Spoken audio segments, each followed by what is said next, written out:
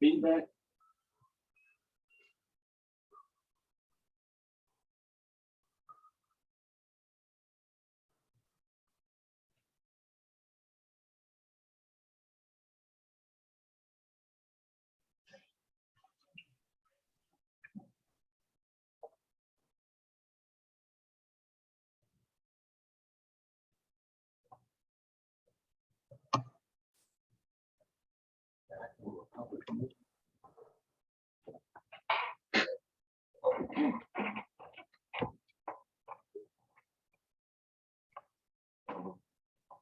Everybody ready to?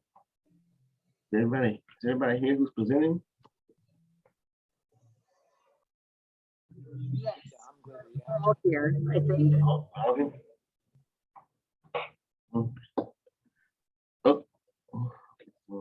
I think well, it was already three.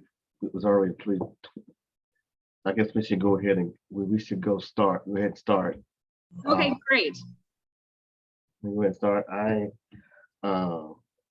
I'm Dr. Albert Samuels. I am chairing this panel. I will confess that this is the classic definition of last minute. You know, it's possible that I could have missed some kind of communication, but you know, I was checking the program this morning and I found out that I was chair. So this is going to be very interesting. So I will be listening very carefully along with the audience, just like everyone else. And hopefully at the end, after you present, I may actually have something intelligent to say. But in the meantime, since we're already a little late getting started here, I want to go ahead and get out of the way, and we go in the order that in which the presenters are listed in the program. I think Jasmine, Jasmine, you and your group are up first. Papers like this is Radical Republicanism in 21st Century. And you want to take it away here? Let's try to go about 10. Let's try to see if we can go maybe 12 minutes. And I'll try. I can put in the chat to kind of give you some idea of where you are time-wise. Great. Thank you so much, Dr. Samuels. My name is Dr. Jasmine Noelle Yarish. I'm a faculty member at the University of the District of Columbia, assistant professor of political science. And I'm here with my student, Gregory C. Allen, on this great undergraduate panel to talk about his research, which I've been working on with him over the course of the last 3 semesters. And I look forward to any comments you guys might have about Gregory's research, but also how it connects to some of my research, because we will be working on this project after he finishes graduation, but with the hope of getting it published. So I'm going to turn it over to Gregory now, but I will be tech moderator for him, so I will continue to move slides. So good afternoon. I am Gregory C. Allen, and I'm a student at UDC. And the title of my presentation is Radical Republicanism in the 21st Century Congress. And some background, on the day before the new holiday last year, on June 19th, the June 19th National Independence Day Act went into effect. Senator Jeff Merkley, Democrat Oregon, introduced the Abolition Amendment. This intrigued me. I saw this on YouTube. The amendment proposes to remove the carceral exception clause in the 13th Amendment, which of course was passed in the 19th century during the first Reconstruction. We read this introduced amendment serving as evidence of the possibility of the existence of radical republicanism in the 21st century Congress. Perhaps during an era that some have come to call the third Reconstruction, the Reverend Dr. Barber of North Carolina in his book, The Third Reconstruction. And this brings me to my research question, what does it mean to reintroduce the category of radical republicanism into an analysis of the 21st century United States Congress? The form of criminal justice in the United States criminalizes behaviors that entrap poor people, which is disproportionately represented by Blacks. One in every three Black baby boys born has the best chance to go to prison compared to 1 in 17 whites born. Key definitions are radical republicanism. According to Eric Foner, a distinctive faction of the Republican Party during its earliest days in the 19th century. A self-conscious generation of legislators who centered their politics in the moral sensibility of abolitionism. Key leaders of the radical Republicans were Thaddeus Stevens, Representative of Pennsylvania, Senator Charles Sumner, and former President Ulysses S. Grant. My secondary sources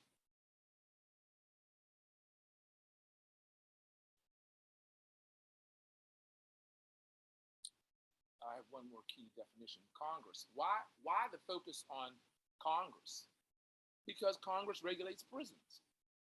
Because the literature shows that Congress has frequently been divided along racial policy that follows the reiterations of the first Reconstruction and the second Reconstruction of the 1960s. And as Dr. Barber is essaying, a third Reconstruction. And this is one of my secondary sources, still a House Divided, King and Smith, 2011. This is considered a masterclass work that shows the anti and pro-slavery alliances, anti-Jim Crow and pro-Jim Crow alliances, and in the 21st century, the race-conscious alliances and the colorblind alliances that came about during the Obama administration. This mixed method research design reframes the comparative historical design of still a House Divided. And it focuses on the three iterations of Reconstruction and a focus on the legacy of mass incarceration embedded in the 13th Amendment. And this replicates the collection of congressional data in The Hoodies on the Floor by Matthew Platt, 2014, where he focuses on prison legislation from 1979 to 2018. And the content analysis legislative data will serve to categorize pro-mass incarceration versus an anti-mass incarceration alliances 1979 to 2018. And that's with the 1979 Prisons Industries Enhancement Act up to 2018 with the signing of the First Step Act in December of 2018 by President Donald Trump. The discourse analysis research that I used for the interview of Senator Jeff Merkley, Democrat, Oregon, when he introduced the Abolition Amendment, serves to give me the research question, the introduction of radical republicanism in the 21st century. The language of the 13th Amendment is neither slavery nor involuntary servitude, except as punishment for a crime whereof the party shall have been duly convicted. It is this exception clause that Senator Jeff Merkley has presented the Abolition Amendment. It's based on removing this exception clause in the 13th Amendment, which of course is from the 19th Amendment, and Senator Jeff Merkley is serving in the present 21st century Congress. 13th Amendment in context of the first Reconstruction, the 13th Amendment led way to actually the 14th Amendment and 15th Amendment being presented, because the 13th Amendment was not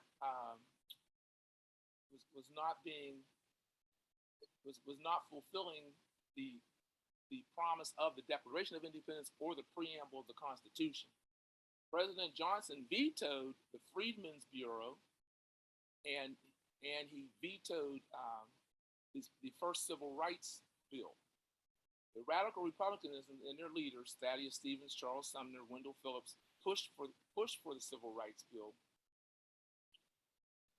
President Johnson vetoed the Civil Rights Bill. The radical Republicans fought for the Reconstruction Act and the 14th and the 15th Amendment, but their fight came to an end with the Hayes-Tilden Compromise in 1876, which ushered in Rutherford B. Hayes and the removal of the troops from the South.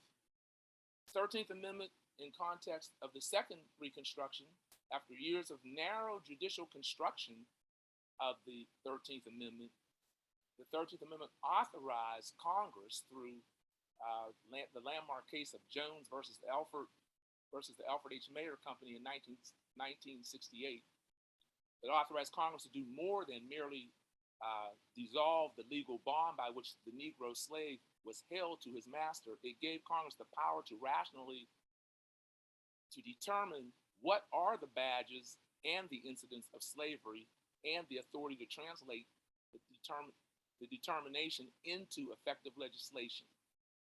The Supreme Court held that the Civil Rights Act of 1968 allows the federal government to ban private parties from engaging in discriminatory housing policies.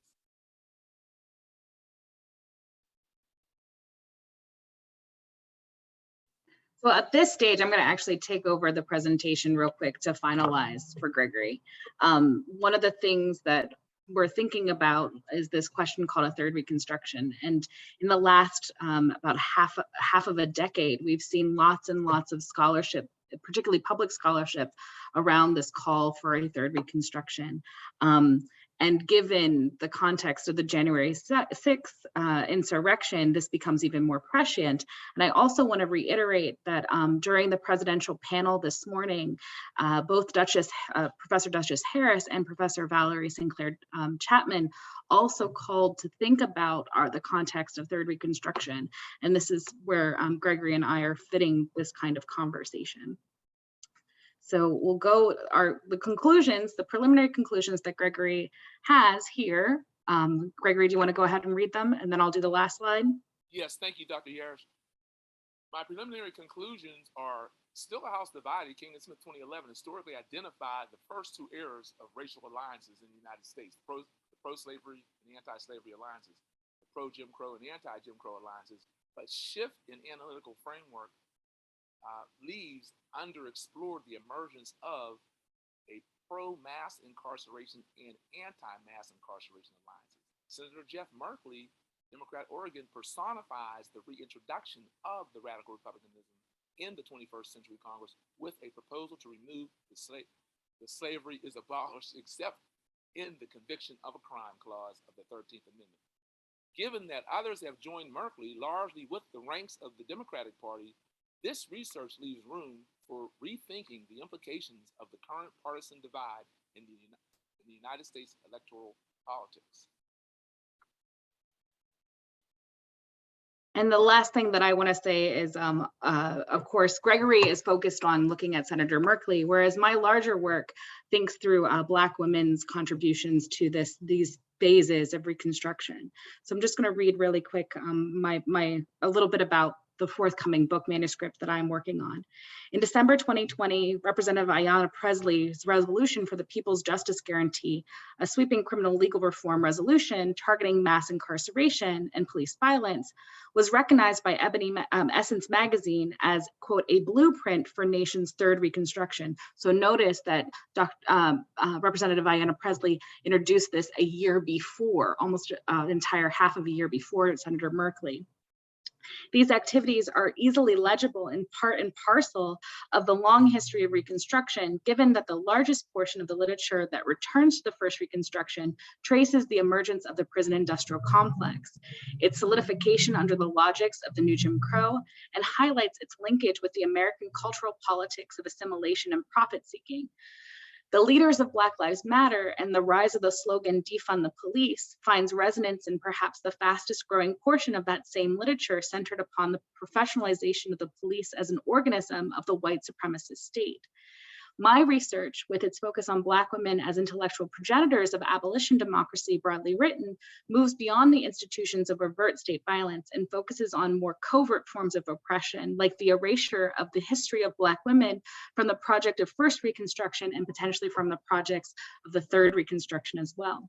So toward an intellectual history of Black women, Mia Bay, Farah Griffin, Martha Jones, and Barbara Savage note that, quote, scholarship in Black women has yet to map the broad contours of their political and social thought in any detail, or to examine their distinctive intellectual tradition as often self-educated thinkers with a sustained history of wrestling with both sexism and racism. By recentering the work done by Sarah Mapps Douglas, Harriet Jacobs, Harriet Tubman, Frances Ellen Watkins Harper, Fanny Jackson Copen, and Gertrude Bustle Mossel for abolition democracy and the project of the first Reconstruction, my aim in the book is to do just that for the time period that remains to be crucial, not just for the project of abolition democracy, but also for the field of political science, whose own disciplinary development was indebted to the erasure of that era, the era of Reconstruction. As a great punctuation that has repeated itself thrice-fold at this stage in American political development, we would all be wise to heed the Black women's thought leadership born through the first Reconstruction. So that's just to add on the other avenues of research for thinking about third Reconstruction. Thank you, and we'll give over our time.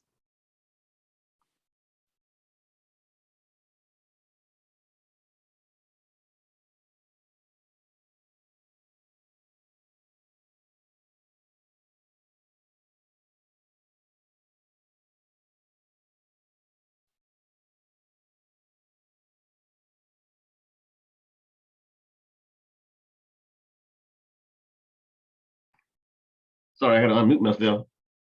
Our next presenter is Camille Shoals with Southeast State Missouri University, and Jeremy Wallen. I'm here. I'm sorry, my camera's kind of moving at the moment. Okay. Can everyone hear me and see me? See you. Okay, let me share my screen.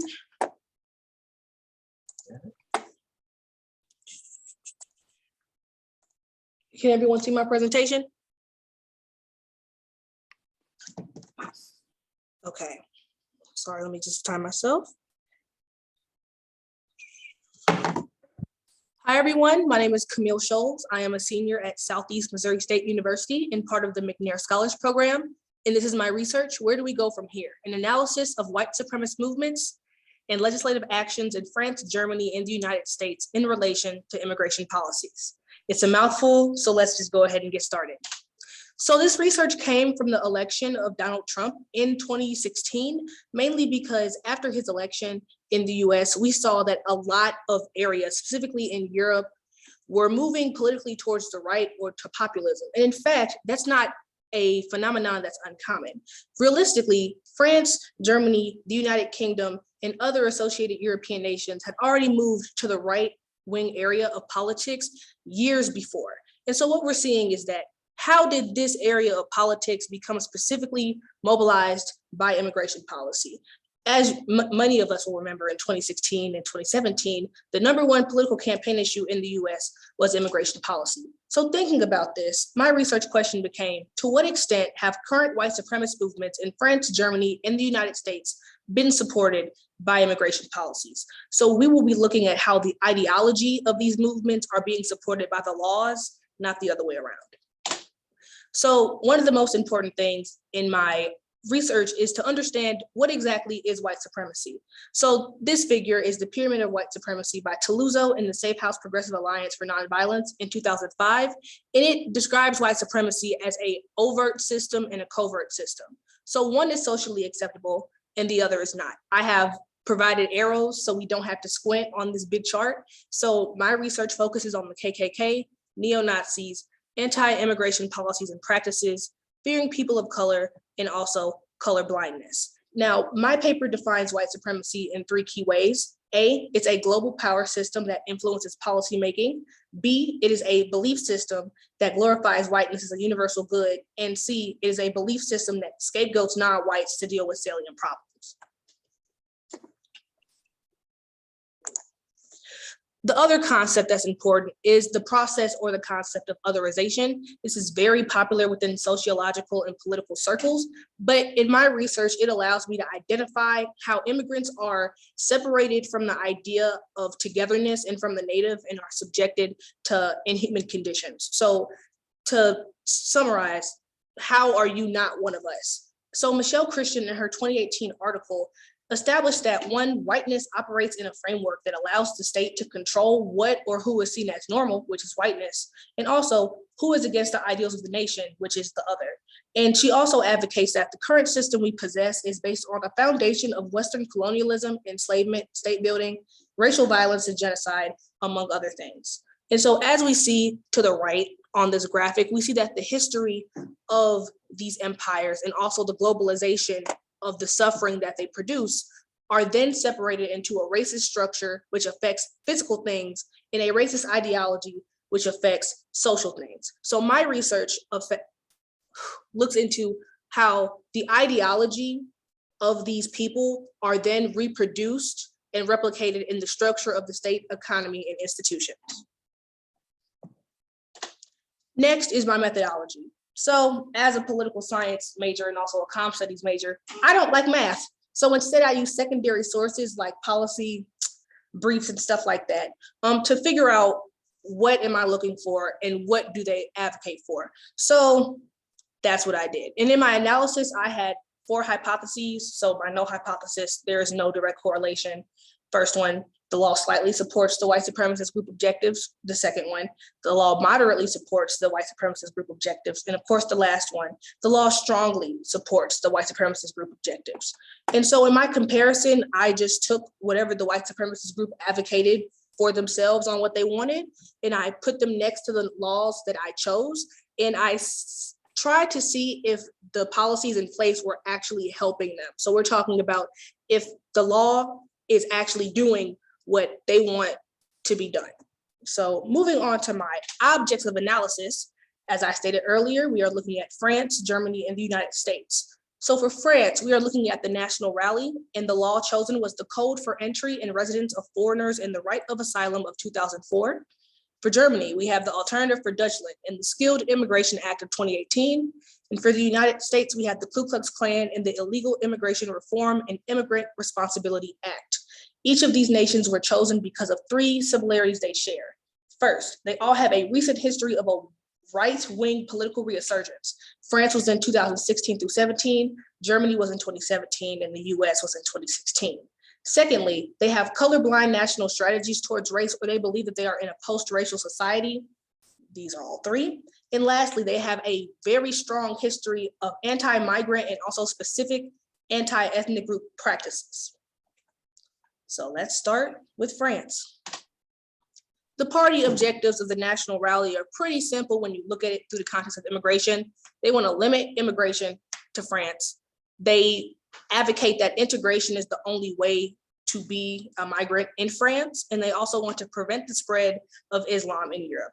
These are all direct quotations, so that's why the language is used as such. So let's go into how the SEDESA affects these objectives and how I found that these are moderately supported by the law. So first, we have the reduction of legal immigration routes into France. In fact, according to the National Defense immigration area of France, they went from, I believe, 15 immigration routes to 2 in a short period of time. So what we're seeing is that France is actively taking steps to reduce an influx of migrants coming in by forcing them to migrate here illegally and then deporting them and making them ineligible to return. What we also see is that there have been more applications approved for temporary residence permits than permanent residence or citizenship, which shows that France really is not wanting migrants to stay and to influence their country more than they quote unquote have to. Next is Germany. Their party objectives are a little bit more fleshed out and also a little bit more eye-opening, looking at it through the lens of political science. Mainly, they believe, this is a quote, that anyone who refuses to integrate has to be sanctioned and will finally lose his right of residence. They also believe that skilled migrants are better than humanitarian migrants and, quote, asylum seekers which do not benefit Germany's economy and harm German society. They also want to prevent the spread of Islam in Europe, and they want larger families instead of mass migration due to their birth rate being low and the rates of migration being high. So they have a similar belief, similar to France and the United States, that they will lose their country because of population differences. And lastly, similar to the United States' response after 9/11, they want total militarization of their borders. Now, how does this go into the Skilled Immigration Act of 2018? Well, first, we see that they have had means testing for admission. For those of you who don't know, means testing means that they try to check your financial background, your educational background, occupational background, any kind of background that would indicate that you will be able or unable to provide for yourself outside of government benefits. If they deem that you would need government benefits, they deny your application and send you back on your way. What we also see is that refugees and asylees are required legally to work for a period of time, I believe of 18 months, in order to prove their worth and to not be sitting on their behinds while everyone else is profiting for them. And also for specific admission categories, they made German a requirement to be a migrant or to be a citizen. So how I see it is that they are trying to erase the native culture of these migrants and force them into German culture, because in Europe, you are European and you are the nationality of where you reside. There are no subcultures. You can't be a Black Dutch person. You are a Dutch person. And then moving on to America, this is a little bit more convoluted, as the United States is really spotty when it comes to white supremacy. They are allowed the right to free speech on, we've seen the Proud Boys, we've seen the January 6th insurrection. There have been instances of white supremacists being loud and proud. However, since the 1960s and the 1980s, there has been a fall in active white supremacist group enrollment, and instead they are scattered along the internet. So I chose the KKK because not only are they the oldest of the groups that I've selected, they also have the most clear-ish objectives, which is stopping immigration completely to the US by non-Anglo-Saxons. It's pretty simple. If you're not white, you're not right, we're not letting you in. Continuing, they want to prevent their American culture from being taken over, similar to Germany and France with preventing Islam from coming into America. They don't want any other influences on American culture already. And also they believe in no open border policies. For those who don't know, the open border policy is basically when a state deems that there are no requirements or regulations to who comes in and out their borders, making the borders essentially open and not closed. So how does this interact with the existing immigration law? First, immigration detention in the United States is mandatory. There are no ifs, ands, or buts, there are no exceptions. If you come across the border and they find you, you are detained. That is a deterrent method, that is a fear tactic, and it also just makes immigration harder. So what we're seeing is that they are trying to actively deter migrants from coming to America on purpose. What we also see is similar to Germany, we have restricted low-income migration to the US. If you have a reason saying, oh, well, I'm low income in my country and I'm being discriminated against because of my class, and you can't prove that you have enough money to provide for yourself in the US, you will be considered a public charge and you will not be admitted into the United States. They also expanded removal requirements, AKA for inadmissibility and deportation, including those means testing areas, but also including the criminalization of several immigration offenses. So for example, the act of coming across the border the first time is not a misdemeanor. The act of coming across the border after you've been deported to do the same thing to get the immigration you wanted is a crime. So you can be detained and put in prison for crossing the border a second time in order to get the immigration status that you want to apply for. So on to my discussion. This is a quote from an asylee who is from Syria. That is one of the most dangerous places in the world right now outside of Ukraine and various other conflicts I do not have on my mind at the moment. What we see is that I come from a place of privilege, right? The people in my family were forced on boats and were brought here against their will and had to toil and build this country on their backs. And I am in a position where I can sit in a nice room and look on my phone at migrants and refugees and asylees who are actively suffering and struggling and are not being seen as human. They are being seen as traumatic, when in fact there are people behind those screens. There are names, there are families. And so my research is to change the academy, basically, because we as an institution seem to depersonalize ourselves from our research methods and our research subjects, when in fact they are people like us. And so this research is to help policymakers fix their perceptions of migrants and make sure they understand that, number one, migrants came here for a better life. We shouldn't make it harder for them because they are not, quote unquote, one of us. And two, there is no reason why any law should be discriminatory or based in any white supremacist rhetoric anywhere. And I also want to note that I'm currently. You need to kind of wrap it up because we have another speaker short on time. But my research is currently still going on, and I'm not trying to paint these nations as evil. These are my citations. Thank you. Thank you. Thank you. Thank you. Very good here. Lot of exuberance here. And then finally, we have Kayla Thompson from DePauw University, along with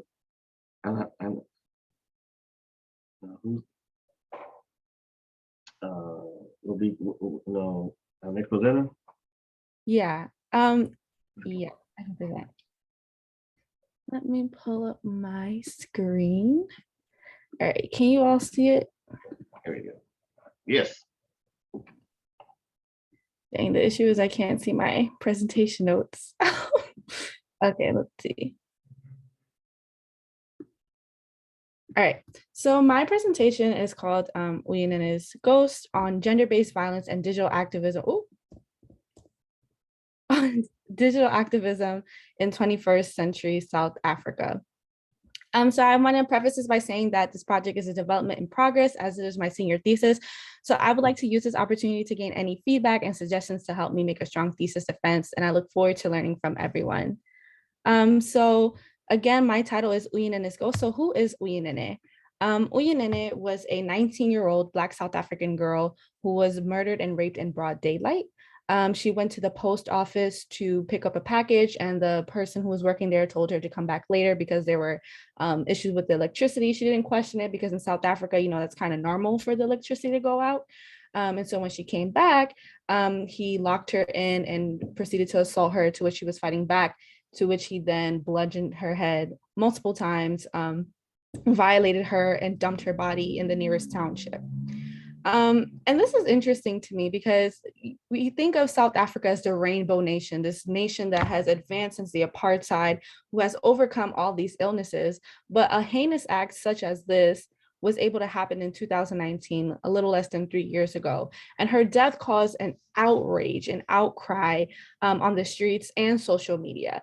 So this is puzzling for me because according to the Department of Statistics of South Africa, they state that South Africa has a history of exclusion and discrimination on all kinds of grounds, such as race and gender.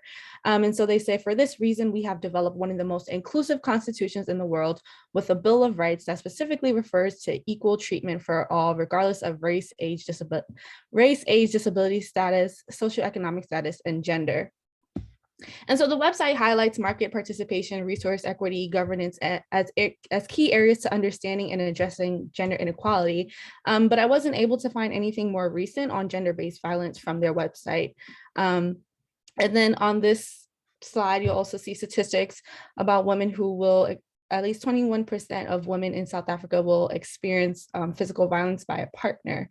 And again, this is puzzling because how is this happening in a nation that is supposed to be a rainbow nation, that is supposed to surmount all of these issues that Mandela so fought for? Additionally, so there are more statistics. According to this 2009 article, 1 in 4 men in South Africa have admitted to raping or violating a woman. And according to Mail and Guardian, 51% of South African women admitted to having experienced gender-based violence, with at least 76% of men admitting that they've perpetuated gender-based violence. And then there's also a tweet here that highlights how the way in which South Africa has the highest rape rate in the world. But yet we see citizens were arrested during the lockdown rules for not adhering to those. So we're seeing all of these statistics and numbers and conversations taking place, but where are the Black women in this conversation? You know, how are Black South African women getting involved or seeing themselves getting involved? So to that point, I asked, to what extent has Black South African women's activism influenced policy on gender-based violence? So as I mentioned, Uyinene's death sparked a national debate. It sparked a national outcry on the online space and the offline space and the digital space. And so I'm really interested in investigating and exploring the social media activism part and the way in which it influenced policy changes over time. But before we get into the meat of things, I'll just give some definitions. So gender-based violence, I am defining in my paper as structural, institutional, and physical violence that disproportionately harms and impacts women and girls because of their gender. Some forms of gender-based violence include stalking, domestic violence, genital mutilation, trafficking, psychological abuse. And then for the social media aspect, I will be defining social media as a digital, interactive platform where people can network, create, share ideas and information. There are various forms of social media, such as forums, photos, and photo sharing and social networking. I'll be focusing on the social networking aspect, like Twitter, well, specifically Twitter. So the literature review on this, so there is literature on gender-based violence, specifically on South Africa, and they have found that there are structures and institutions that perpetuate the culture of gender-based violence in South Africa. That national government, non-governmental organizations such as the UN and South African government approach towards gender-based violence has shifted over time, and that there's a lack of financial resources available to assist South African women to liberate themselves from their abusers. But what the literature has ignored is that there's a continuity between the structures and institutions from apartheid and gender-based violence. Not saying that these are one and the same, but that the structures are still existing. So because we didn't address this during the apartheid, it lingers on today. It has ignored the ordinary life aspect of organizing, and the horizontal approach to activism. So ordinary life is, you know, your day-to-day people. And scholars have argued that writing the history of everyday life requires us to think in open systems in which historians deal with the multitude of competing versions of history, which is completely important. And the gendered social network space that is created from the digital. So how Black South African women are finding ways to take space on the social media space and create a forum for themselves. So there is also emerging literature on social media use in Africa, particularly in South Africa. Scholars have found that social media use is shaped by the political context of the countries they cover. There is also a debate that, you know, social media activism is not effective. It's just for people to feel good and throw up a hashtag. So that's called slacktivism. And that's what a couple of scholars have been wrestling with in their work. But that there's also scholars who would advance that social media is increasingly being used by citizens to engage in collective forms of network action. A little bit of more context on social media activism in South Africa. The most popular hashtags are hashtag Sona, hashtag Fees Must Fall, and hashtag Zuma Must Fall. Fees Must Fall deals with the students at the University of Cape Town protesting the fees. And then Zuma Must Fall is dealing with a colonialist argument. There are approximately 3.26 million South Africans that are using Twitter, according to statistics.com. So just debunking the myth that, you know, South Africa or Africa as a continent is a poor country where people don't have access to these things. And the hashtags used for this movement on the gender-based violence movement are hashtag #AmINext and hashtag #AmINene. So my research, I will contribute an in-depth analysis of social media activism in connection with policy changes and centering of Black South African women and their narratives in the forefront of liberation movements. I'll also provide an updated review of the policies and bills on gender-based violence in South Africa, given that there were 3 bills that were recently passed to address this issue. And so I'm an Africana Studies major, so we do not follow a traditional framework, given that it is interdisciplinary. So I will be drawing on the interdisciplinary works of poli-sci, women, gender, sex, and sexuality studies, and history. And so these are some of the big frameworks that I'll be drawing on. Oh my goodness. I will be using the Afrocentric feminist epistemology, intersectionally by Kimberly Crenshaw, and the chilling metaphor by Julia Jordan Zachary, where we will just be exploring the ways in which diasporic Black women have a long history of political participation. And one thing that I really admire about Julia Jordan Zachary work is that she asks, how have Black women creatively responded to the challenges and opportunities which with they have been confronted in various geographical and political contexts and epochs? So these frameworks don't necessarily have to deal with social media, but they will definitely deal with the ways in which Black women are identifying with these movements and how they see themselves and how they're producing knowledge and sharing information and organizing against this type of violence. So my proposed methodology is I will be looking at social media activism and defining it more clearly in my work. I'll do a content analysis of the tweets and the bills. And then I'll be examining about 25 to 30 tweets from Twitter and the hashtags. So the bills on gender-based violence, they were introduced to the Parliament in 2020. The provisions of the bill include that all sexual offenders, they must be registered on the National Register for Sex Offenders list. Restraining orders can now be obtained online rather than the courts. And domestic violence has expanded its definition to include those who are engaged, dating, or in any form of romantic relationship. And I'm assuming that before, domestic violence could only count if you were married. So I think this is probably a big deal for South Africans. The current president of South Africa signed the passage of these bills in 2020, so recently in February. And all of these provisions or revisions fall under the Criminal Law, Sexual Offenses and Related Matters Amendment Act 32 of 2007. And so my anticipated findings is that Black South African women play a major role in organizing against gender-based violence through their activism on social media. There's a relationship between digital activism and policy changes in South Africa. And the way we think about political participation is gradually shifting over time. So new innovations are in the making, meaning social media. And this is my works cited.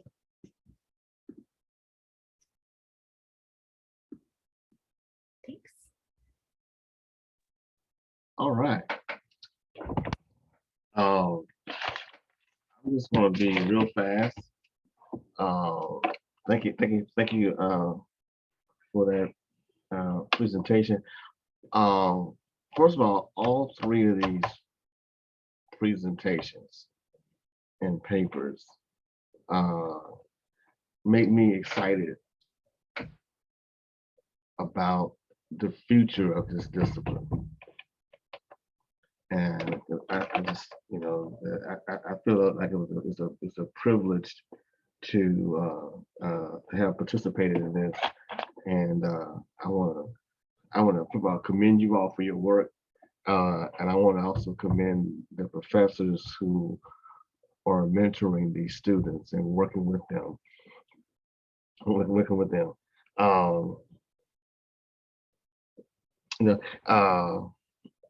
The first paper about the first presentation about the radical republicanism, kind of taking us back to the.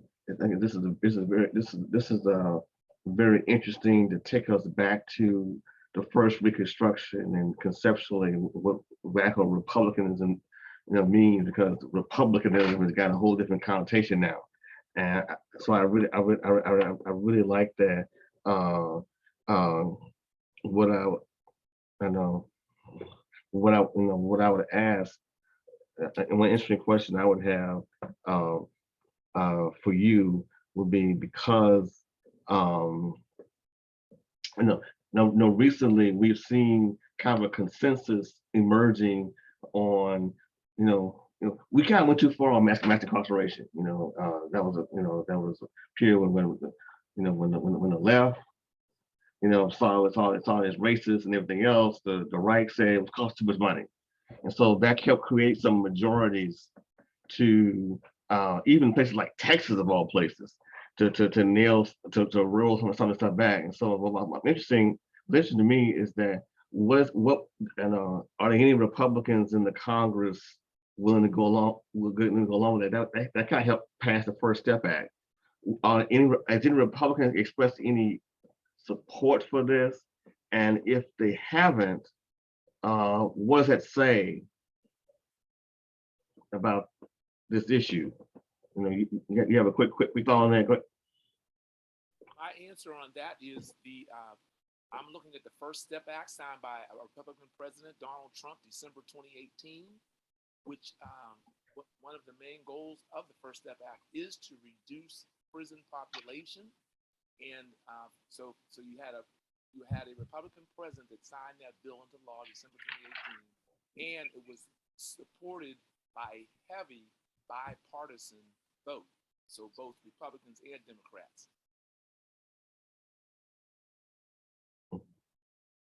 Okay. I thought Jasmine, were you about to say? I was going to say, I think the question's a really interesting question to think about it. And this is one of the things that I continue to push Gregory on farther later, is this, what does this mean for the things that we're seeing internally from both major political parties, because there's schisms that are happening across both in very many ways. And where can we might see a movement from like radical, like what we're seeing is very hyper partisanship along these lines. And I think that that's what reintroducing this concept could do. Of course, Gregory's still working through the process, but I do think that he'll give context to that very question. Maybe not answer it, but at least give a good context to questions like the question you asked. Absolutely. Okay. Thanks a lot. Thanks a lot. The second presentation, talking about, where do we go from here? I think this is also another very interesting project, and I can't wait to see how it's going to look. How it's going to look at the end. I thought about what you said about France in particular. Because the French in particular have this, just like America, they have the notion that they are a universal nation. And so, because they're a universal nation, everybody needs to assimilate. There's no hyphenated French. You were all French, not French. And so America's a little more nuanced, and sometimes we want to be the gumbo. Sometimes we want to be assimilated. We can't make up minds up. So I think that as you kind of work through these things, I think situating a lot more richer context. There's some different contexts of larger context of America when you comparing that versus, say, France or versus Germany. Germany. So it's a little more than just the survey data, but I think you're on to something very, something that's really important. And then finally, what I like about the last presentation, well, I think this is excellent. I can't wait to see what your results are. But the strongest part of what you did is you seem to have a very clear understanding of the research process. You've got an interesting topic. You've conceptualized it real well. You found a lot of relevant literature. You got interesting questions. You know how you're going to go about doing it, and so you kind of know what you're looking for. I don't have anything bad to say. So I'm gonna stop, and if we got a few minutes, we got maybe 6 or 7 minutes left. If someone else wants to share a comment or question, please jump in. But I'm gonna stop. Dr. Samuels, can you hear me? I can. Okay, thank you. I just wanted to come back once again regarding the First Step Act. Senator Charles Grassley, senior senator from Iowa, is a Republican, and he introduced the First Step Act. Mhm. So I have one Republican for you. And Okay, what, plus we the fact got that- one. We got one. Plus the fact that it was Republican president to sign it into law. Okay. Mhm. Okay. Okay. Any other comments or questions for the panelists? I actually have a couple of questions. I have a question for Kayla and then a question for Camille real quick. And Kayla, I want to think about, have you thought about the rate of use for Twitter? So I guess my question is, like, when you're thinking about how robust your conclusions will be about a major role that these women are taking, what is the rate of Twitter usage, I guess, across different generations or what have you? Is having some of those kind of data there just as points so you can make that conclusion strong, I think would really help you. Even though you didn't have it here, I'm sure you might have something of that nature, like how many people are engaging in Twitter in South Africa, what are the demographic breakdowns, et cetera. I think that could be really helpful and help strengthen your point. And I want to also go back to Camille because there's a lot of overlap, right, with both of Kayla and Camille's projects methodologically, because you are working in communication. So similar question, I guess, for Camille. How do you think about the venues in which the platforms that you're looking at are being presented? Like how like what are the venues that you're looking at? How are you looking at these platforms, and are you paying attention to how they're circulating, and does that matter for your research question in any way? I mean, mainly since they're kind of banned from the internet in most places, especially in the United States, they do undercover rallies, or they have print. The only two policy agencies I got were France and Germany, and they were PDFs. I had to access them in some kind of way, and I also can't read German or French, so they luckily had an English version, but also they kind of do run with active white supremacists, so they can't be out on the street, so they have to meet in like undercover bars. And in fact, the leader of National Rally got caught, I believe in 2019, literally meeting with like a Nazi. It was a whole thing. But yeah, they're pretty much paper only until their internet gets taken down. I think I'll jump in. So I have not considered looking at the rate of usage, but I think that's really important. I was reading my presentation to one of my friends, or I was going over it last night, and she asked me a similar question saying, you know, how am I going to select the tweets? How do I know which tweets to look at? Things of that nature. I think the more that I am progressing and fine tuning the arguments in terms of, you know, what the conversations are in relationship to the bill, I think that would help me define the usage. I think for now, at least for like the basics, I will look at the statistics of just how many people are. I think there are statistics that are that shows demographics, but I just haven't been able to find those resources. As I've been looking on the parliamentarian website and the Department of South Africa of Statistics, and I've been looking through themes, through people, and I haven't been able to find it yet. But I think that would be really, you know, helpful to my presentation. And thank you for bringing up that point.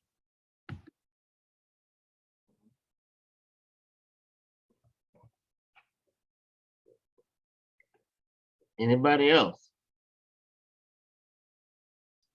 I'll just come in and also echo previous comments of undergraduate students who are doing really, really good work. And we're happy to have your work presented at this conference. You know, it's not every undergraduate student gets to present at a national conference. And so seeing that you guys are continuing to take up the tradition of asking important questions that are central to Black politics, let us know that we are doing what we're supposed to do. And so we are eternally grateful and proud of each of you. Thank you. Okay. And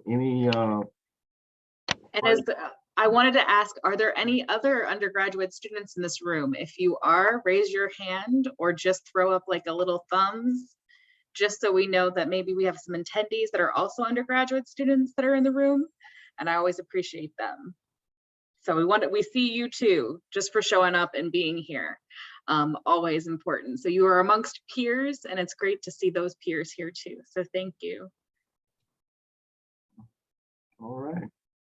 I just wanted to ask my fellow undergraduate presenters. I didn't get my phone up quick enough to get Miss Shoals. Is that the last name? Shoals? I didn't get my phone up fast enough to get your you showed your where I could actually have saved your contact on the phone. Oh, I have a link tree. I'm gonna put it in the chat really quickly. Okay, and also Miss Thompson, I just want to encourage you in your work. Learn what I can from you as I pursue my undergraduate research.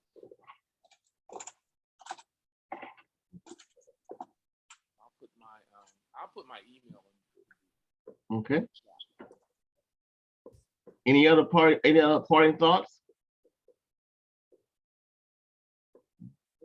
Okay. Thank you so much, Dr. Samuels, for doing this. It was great. This has been fun. This has been fun. You know, this is not bad for the last minute and flying by the seat of my hand. It's nice to be like the chair of undergraduate work, because then you could be like, wow, this is so cool. So thank you so much for doing that. That was so helpful.